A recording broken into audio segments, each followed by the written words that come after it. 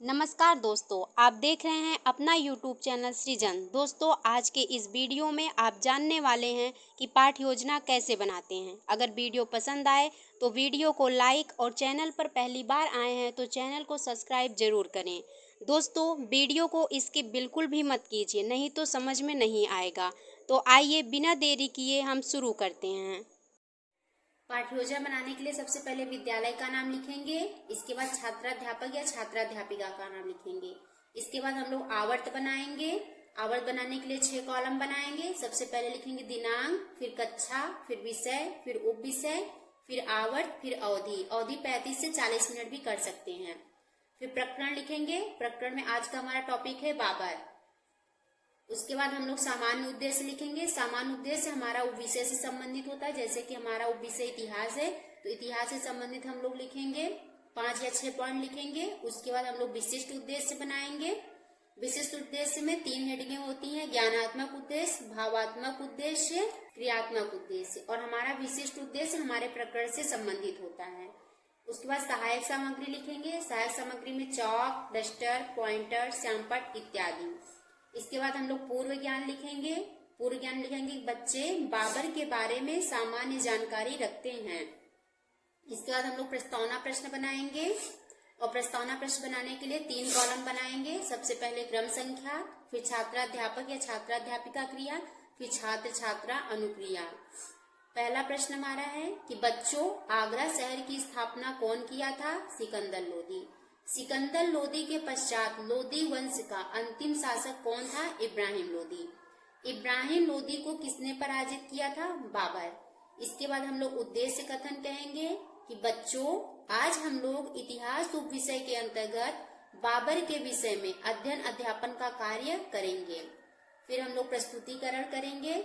इसके लिए हम लोग 4 कॉलम बनाएंगे और पूरे पाठ योजना को हम लोग 3 अनुमितियों में बांटकर पढ़ेंगे।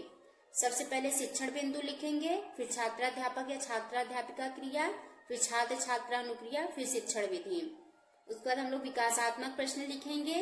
जैसे कि पहला प्रश्न है बच्चों, लोदी वंश का अंतिम शासक कौन था? इब्राहिम लोदी। शिक्षण विधि में लिखेंगे प्रश्नोत्तर विधि। दूसरा है कि बाबर के बारे में आप क्या जानते हैं? बच्चे मौन हो जाएंगे या फिर समस्यात्मक हो जाएगा।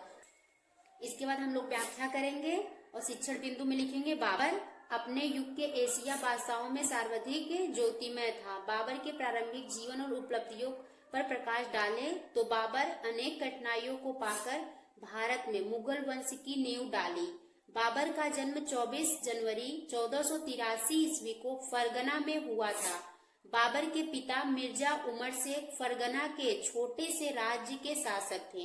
बाबर की मां कुतलुक निगार खानम थी। 1494 ईस्वी में अपने पिता की मृत्यु के बाद बाबर 12 वर्ष की उम्र में फरगना की गद्दी पर बैठा।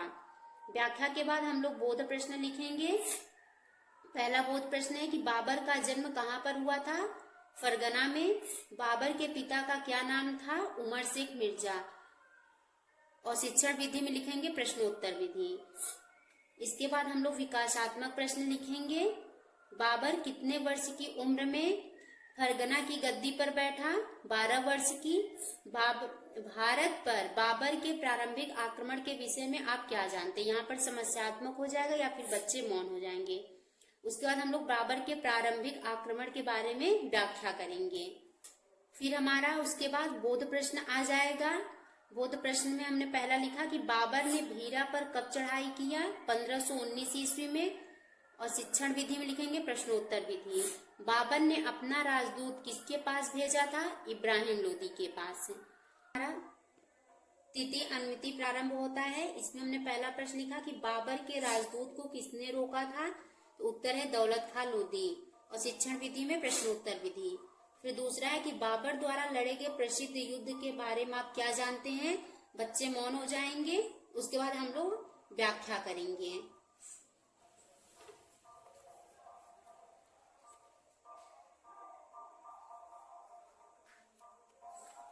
इसके बाद हम लोग व्याख्या करेंगे। व्याख्या करते समय हम लोग ध्यान देंगे कि व्याख्या करते समय ही हम लोग श्यामपट्ट कार्य करेंगे। श्यामपट्ट कार्य में जैसे प्रमुख युद्ध के बारे में बताएंगे, किसके किसके बीच में युद्ध हुआ था और कब हुआ था, ये सारी चीजें। इसके बाद हम लोग पुनरावृत्ति प्रश्न बनाएंगे। पुनरावृत्ति का प्रश्न जो होगा हमारे पूरे चैप्टर से संबंधित होगा। इसके लिए हम लोग 3 कॉलम बनाएंगे। सबसे पहले क्रम संख्या, फिर छात्राध्यापिका या छात्राध्यापक क्रिया, फिर छात्र छात्रा अनुक्रिया। जैसे कि पहला प्रश्न हमने लिखा कि पानीपत का प्रथम युद्ध कब हुआ, 21 अप्रैल 1526 को। दूसरा है तुलगामा युद्ध पद्धति किसने अपनाया था, बाबर। बाबर ने किस वंश की स्थापना की, मुगल वंश। खानवा का युद्ध कब हुआ था, 1527 ईस्वी को। बाबर की मृत्यु कब हुई थी, 1530 में। इसके बाद हम लोग लिखित एवं निरीक्षण कार्य लिखेंगे। इसमें लिखेंगे कि छात्राध्यापिका बच्चों को श्यामपट्ट पर लिखे गए कार्य को कॉपी पे उतारने का निर्देश देंगी और स्वयं कक्षा कक्ष में टहलकर निरीक्षण करेंगी। इसके बाद हम लोग गृह कार्य देंगे। इसमें हमने दिया कि बाबर का जीवन परिचय याद करें। यहाँ पर हम लोग रिक्त स्थान भरने के लिए भी दे सकते हैं, सही गलत का चिन्ह लगाने के लिए भी दे सकते हैं।